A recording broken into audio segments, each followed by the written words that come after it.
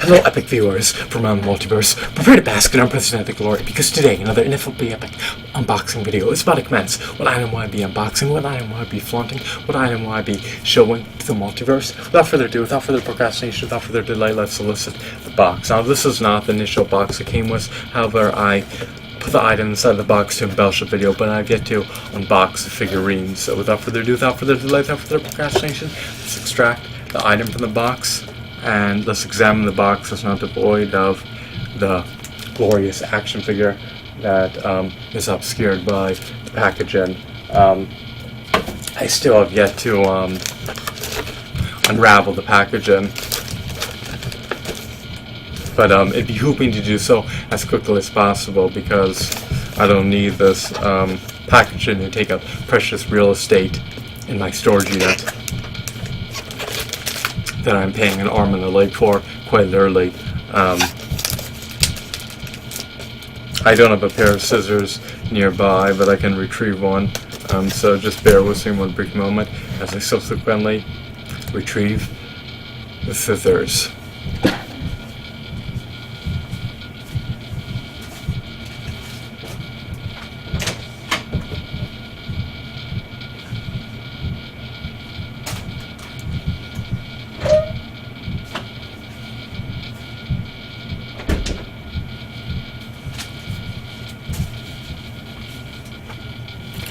This duct tape is about to get severed, or I should say packing tape. I believe this is packing tape, not duct tape. Sorry about the faux pas. It's officially been cleaved. There we go. The laceration has been made, and I'm making inroads towards removing the packaging. The Chinese seller did do a stellar job. He deserves his accolades of the highest possible merit, to say the least. A lot of the times American sellers do a slipshod job packaging action figures. A lot of the times there's no iota of packaging materials inside the boxes and packages. It's very remiss of them to abstain from doing their due diligence. So here we have the box. Now this is a Friday the 13th Part 3 3D Jason Voorhees action figure. I do love the packaging. It has this nice 3D effect. It may be arduous to see in the vlog, but in person you can see it. It looks like his machete is protruding out. You can't really pinpoint the 3D effect of the packaging unless you see it in person, so it's something you need to see up close, but it's definitely quite a novelty to say the least. This is more or less a novelty item, and I say that because, you know, action figures are luxury items. They're unnecessary to buy, but they have tremendous merit. No fast sets, especially NECA figures. They have high quality sculpts, high quality decos, high quality designs, high quality hues, high quality textures, high quality shadings, high quality accessories. So I feel as though you get your money's worth. I recollect paying $14 total for this figurine. Here we go. So here's Jason Voorhees in all his glory.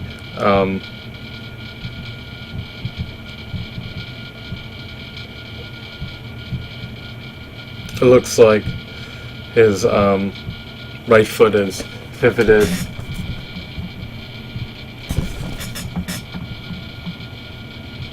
I don't know why his foot is at an angle. I hope that it's not permanently stuck in that position. I guess the only way to find out is by opening him.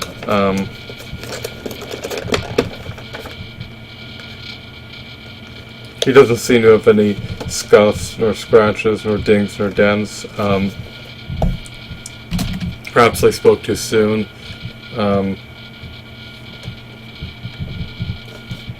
There's a black spot on his right arm. I'm hoping that's not a scuff. It may be part of his design.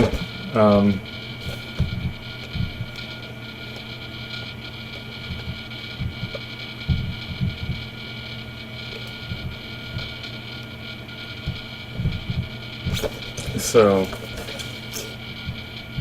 he does come with a multitude of weapons, as you can see.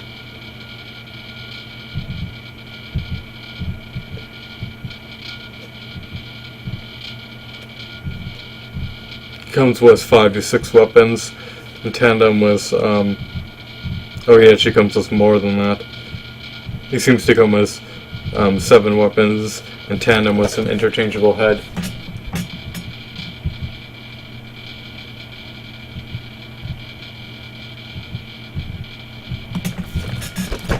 Here's the back of the packaging.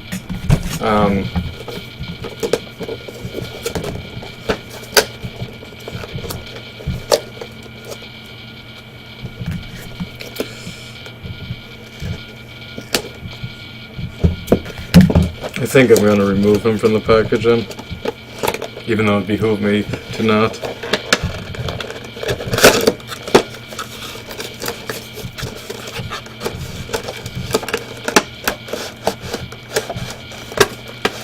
Can't believe I'm doing this. I hope he doesn't succumb to a modicum of damage. There he is. He's been oxidized. I'm just concerned about that scuff. I think that all the Jason Voorhees figures from Chinese sellers sold via eBay likely have that scuff. I was also concerned about him not potentially having an ankle pivot.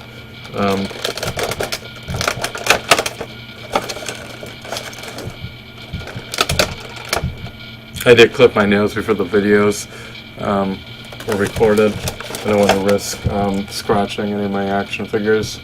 My action figures are sacrosanct. I think I have McFlaurin Movie Maniac variants of Jason Voorhees. I'm just trying to reposition the feet. That's my overarching concern. I just noticed that he has seam lines on his clothing. They're arduous to pinpoint unless you can look at them in person. For instance, there's one on his sleeve, right where I'm pointing.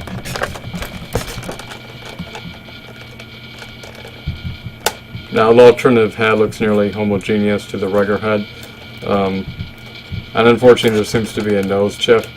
I don't know if that chip due to someone's negligence on behalf of, or I should say, I don't know if that chip due to the negligence of the manufacturer, or the negligence of the reseller.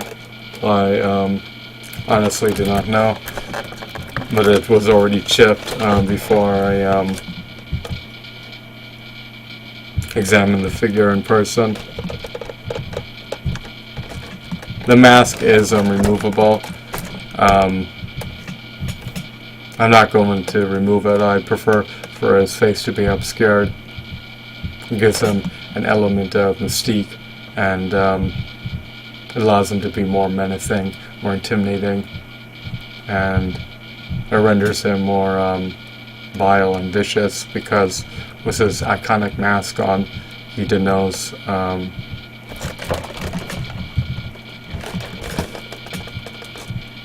iconic, sadistic, malign, malignant, malevolent, multi-dimensional demonic being, the zombie known as Jason Voorhees. You know, if you remove the mask and if you were to repaint the figurine, he wouldn't embody, he wouldn't really represent Jason Voorhees. So with the mask on, he is Jason Voorhees. Without the mask, he's still Jason Voorhees, but he doesn't feel like the character all too much, because we're so acclimated, we're so accustomed, we're so familiar to seeing him wearing the mask. So without it, it's almost like having a figure of another character itself. So the good news is the scuff part is not paint chipping per se, it seems. Maybe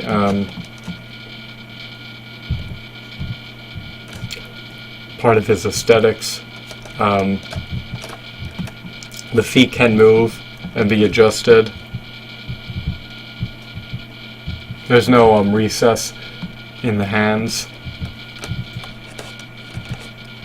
The plastic is smooth. I mean, you can feel the wrinkles, and the wrinkles do create ridges per se. However, when you feel the plastic firsthand, when you graze it or rub it, you can see that it's smooth, and there's no major indentations or recesses or anything along those lines. You can just feel the wrinkles and seam lines and the textures, but it's how it's supposed to be. You know, I can't pinpoint any plastic chippings or any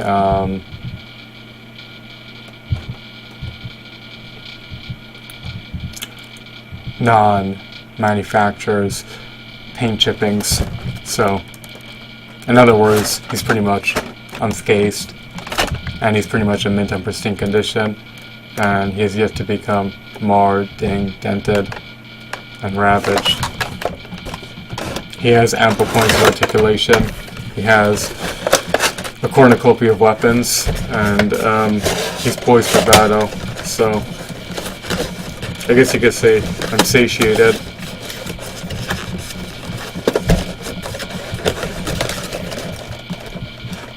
I don't like the idea that the right arm has a scuff, but it is what it is. That's how he's supposed to be when you buy him from the Chinese factory. His mask for the alternative head also has a chip nose, but it is what it is.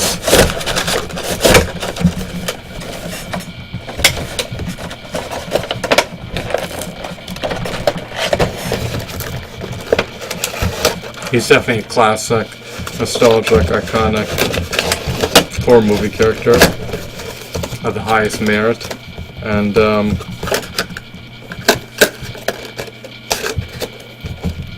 he warrants an asking price of $14. I would spend up to $18 on him to get him new. I wouldn't buy him below the $18 threshold. As much as I love the Friday the 13th series, he's still frivolity or amenity or luxury item, and it's really a needless purchase. And if you don't have the discretionary income, no, the disposable income is unwarranted. So was it worth it for me to indebt myself by another $14 to procure this figurine? The rational answer, the prudent answer would be no, but the illogical answer would be yes. So you have to make the determination for yourself and assess the situation, and subsequently implement the decision as to whether or not to buy it. If you want to indulge your cravings and buy it, if you want to conserve your wealth and get out of debt and build a nest egg, then desist from buying it. It is what it is. So, great figurine, a bit pricey, but I guess I can't complain when other people are spending $25 to $30, and I'm getting in for 14 total, plus an eBay Bucks rebate on each and every purchase. I hope that you found this video to be intriguing and insightful. Have a wonderful, blissful day. Goodbye.